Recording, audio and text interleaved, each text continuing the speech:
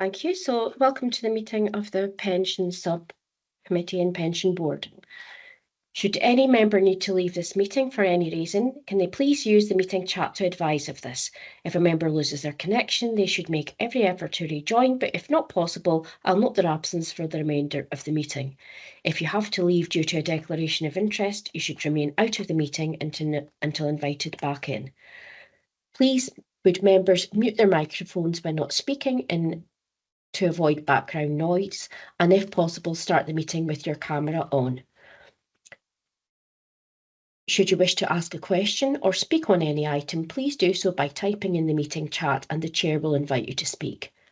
Although we are operating in a different way, this is still a formal meeting of the Pension Subcommittee and Pension Board, and the required standards of behaviour and discussion are the same as in a face-to-face meeting.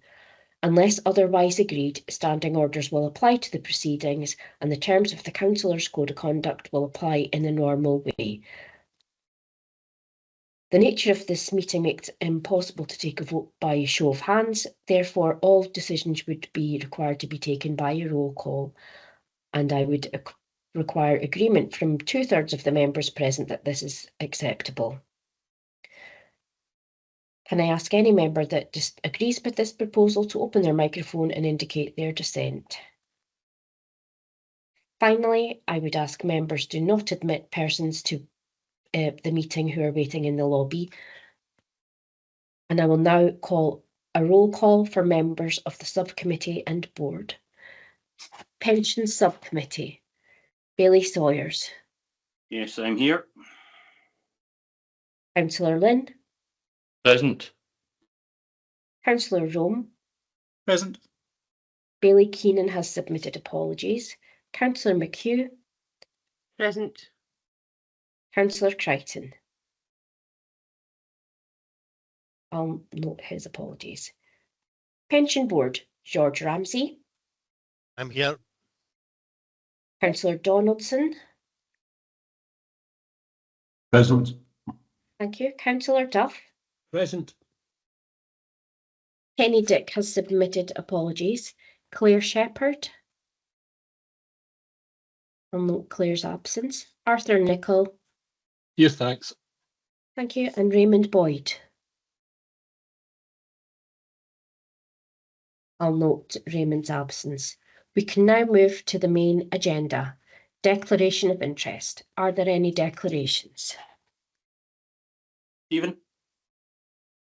Thanks, Chair. It's not actually a declaration of interest, just to point out that my team seems a bit unusual. It's labelled myself as one of the people waiting in the waiting room and Tracy as one of the other people in the waiting room. Just wondering if anyone else has any issues, but hopefully that's all it'll do so far and won't have any other issues. Clearly in the meeting, so as is Tracy. So yeah, no, I just wanted to flag it up. Yeah.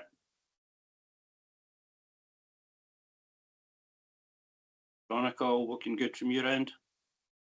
Yes, all good, thank you. So item 2, can any further apologies be intimated in the chat?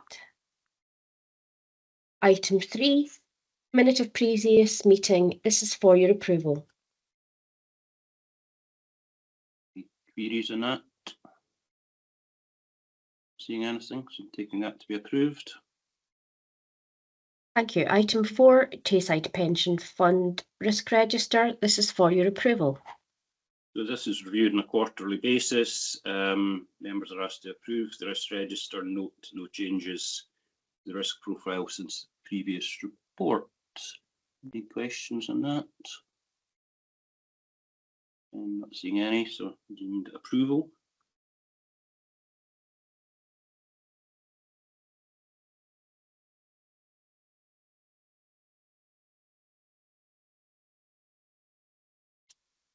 Thank you. We'll now move on to item 5.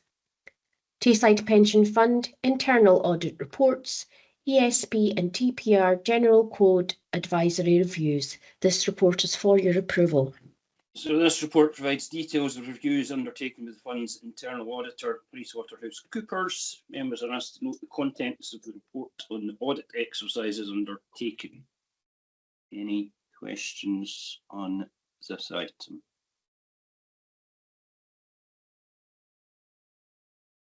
No, take it that's approved then.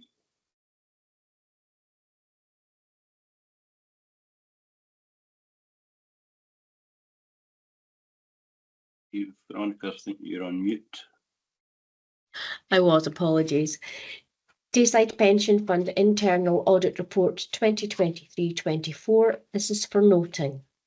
This is the annual audit report for 23-24 prepared by PricewaterhouseCoopers. Members are asked to note the content of the annual report. Any questions on this? Seeing anything, so I'm taking that's approved. Item 7, Pension Administration Performance, Quarterly Update to 31st of March 2024. This is for noting. So as it says, quarterly report providing information on the operational performance of the pension administration, the quarter up to the end of March. Any questions on this? George, I think you were first, and then Stephen.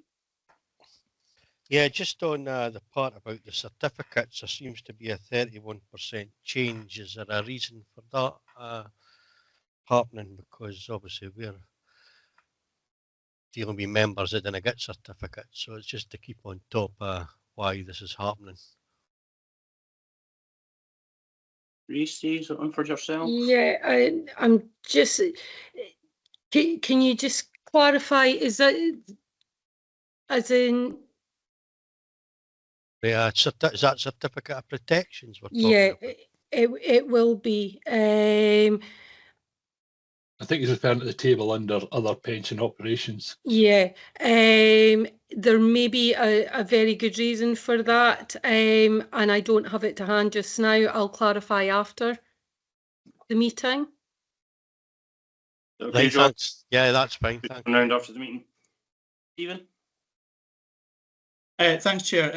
Obviously, there's a couple of issues that have gone beyond statute, largely because of the sheer volume of stuff. Primarily, I just want to double check about the transfer in situation. So obviously, that's been, a lot of them have been affected by the McLeod remedy, as it mentions in the report. I just wanted to clarify whether those are getting put aside in terms of them going beyond statute. Are they being frozen, or are they counted in the figures, but it just gets ignored? No, they're being included in the figures. However, although the legislation's been laid, the guidance is patchy and we're awaiting different things. We're trying to, anything that's coming up to statute, we're having to manually calculate to try and, meet our statutory requirements. However, right now, we are awaiting some sort of key things to be done, both on the system side, but also on the guidance that's coming out. We're kind of hoping that this will be resolved over this next quarter. But at the moment, we're basically just trying to maintain the situation. Okay, thanks. That's helpful. I just wasn't entirely sure what the situation with that was. So thank you. Okay. Not seeing any other questions. Taking it as reports approved. Oh, Stuart, are you putting your hand up to ask a question, or? Yeah, just very quickly. Yep, on you go. On the, I'm not being political here, but under 5.15, under abolition of the lifetime allowance, and there are two new measures that have come in. I think the indications are that whichever party now forms the next government, that the abolition will continue. But I understand that the legislation is not well drafted. Just any comments on that? Does it pose any difficulties for us, or is in general fairly straightforward? Tracy, you get any? I don't have any comments to make on it. Okay. Okay. Thanks. I just wondered, because it was the front page of the FT about 2-3 weeks ago, and it looked as if the opposition were going to maintain the end the not make any changes to the end of the lifetime allowance. But from what I read, the legislation had been badly drafted, but clearly no. If there was anything, I'd be interested. Yeah. Okay. Stuart, I think you're maybe better read than the rest of us. So moving on, please. We now move to item 8, Tayside Pension Fund Annual Governance and Governance Compliance Statements. These are for your approval. We just, as it says in the title, any questions on item 8? Not seeing any indications, so I'm taking it that item is approved. So we now move to item 9, Tayside Pension Fund Annual Report and Accounts 2023-24. This is for approval. So members are asked to note the contents of the report and the accounts and to instruct the Executive Director of Corporate Services of Dundee City Council to arrange for the unaudited accounts to be signed off and to submit them to the fund's external auditor. Any questions on these?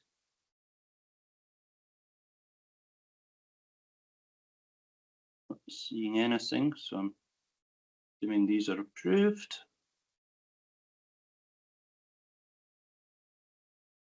So the following items are confidential.